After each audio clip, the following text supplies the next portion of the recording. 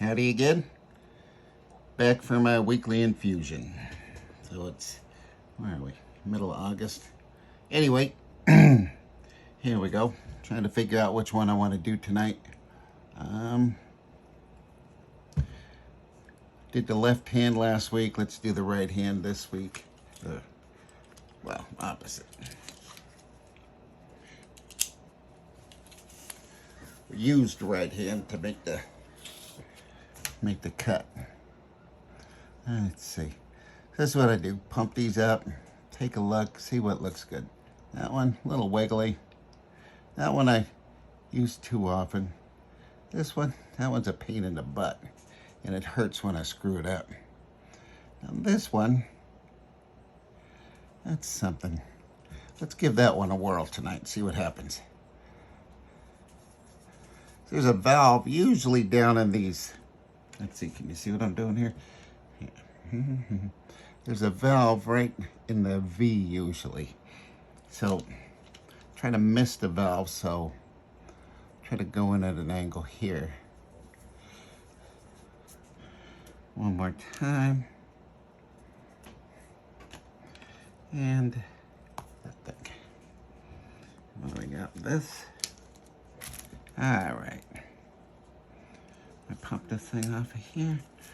That sucker's pumped up good. I'll try to jam it right there. Just go right in. We have blood. There's blood. Blood is good. And push that. All right. All right, that's a little goofy. See what happens. Grab one of my little pieces of tape, because this is a very awkward one this week.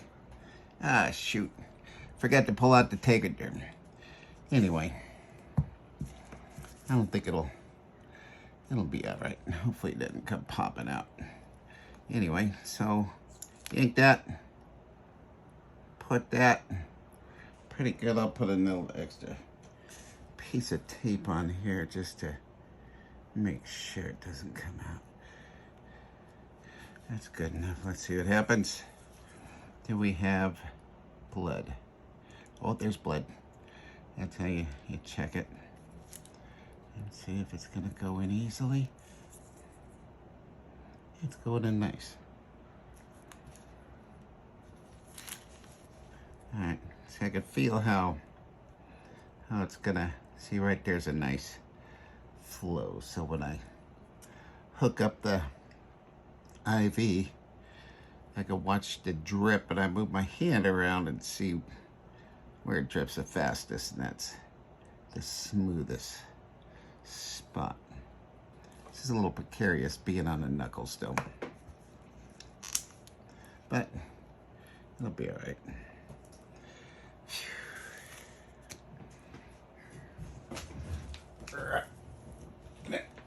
Oh, there it is. All right. So we'll get this sucker off. Hold that one there, that one there, and we will definitely take this up. We don't want to accidentally yank on this. Hold that one there. So next week, I'll be doing this quickly, probably or late Wednesday night, because I'm actually going to an Alpha One Education Day in Los Angeles. That's where we'll get some doctors from the foundation.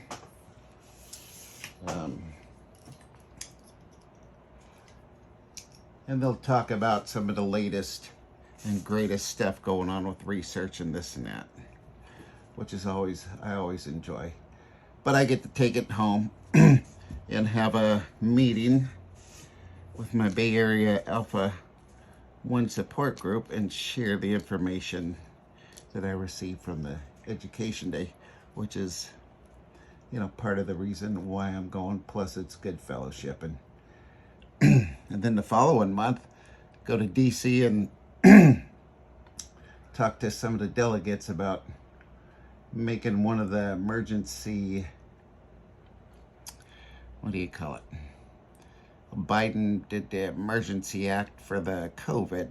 And a lot of people, most people, do not do this like I do by myself. They look at me and think I'm crazy. I mean, it's super easy. You just saw, boom. Um,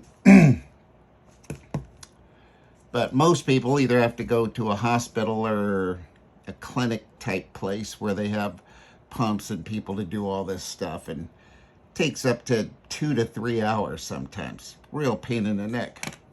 But through the COVID, a lot of the alphas, that's what we call ourselves, alphas, people that have alpha-1 antitrypsin deficiency, and what the disease does is causes emphysema in people like myself, and also liver disease.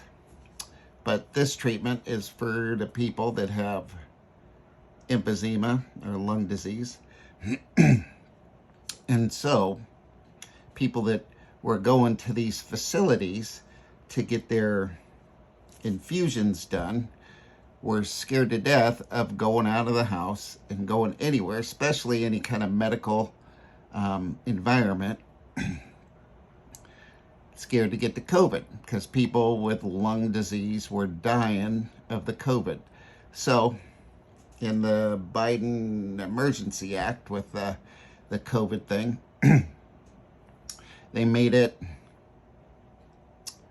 okay to get home nursing to come and do the infusions, because Medicare does not pay for home infusions, only for the what I call the pumping stations at the facilities and offices and such, where you get it done. It takes 3 hours.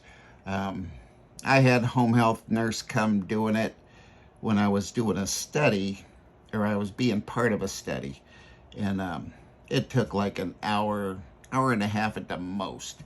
And well, she was horrible at getting a needle in. I put the needle in half the time for her because she just blew it. I'd give her like 2 tries, and I said, okay, 2, that's it, and I'm doing it myself. And she watched me do it and says, well, you should just do it like this yourself anyway, from now on. I'm all, sure. Anyway, so we got this put on a bill so that Medicare will pay for the home infusions. And next week I'll have the information. I'll give you the number, the bill number, and the act, and all this kind of stuff. But I'm gonna go to Washington D.C., sit down with some of the delegates, and and talk to them about how important it is that we get these infusions and that we feel safe, so that we do get them. Because if we don't have these, our lungs are just going to deteriorate very rapidly. So what this does is slows down the progression of the disease. It doesn't halt it. It stops so you got a line going like, and doing this, it kind of makes it go a little slower down. So it's very important that we get our infusions and we feel safe and comfortable in the environment where we do so. So I'll go tell the delegates that stuff. They like to meet patients and patient advocates, and I'll get some new advocate training while I'm there as well. So it'll be a good adventure. This is exactly what I've been wanting to do with my free time since since I retired, but COVID screwed it all up, and nobody wants to do anything. Anyway, starting to open up again and have education days and do things in Washington D.C. to advocate for us people with the alpha-1 antitrypsin deficiency, and I'd love being part of that. So anyway, I'll be back to remove this thing in a little bit. We'll see how that goes in taping it up in this precarious situation. Anyway, Joe, and I'll see you later. Come on.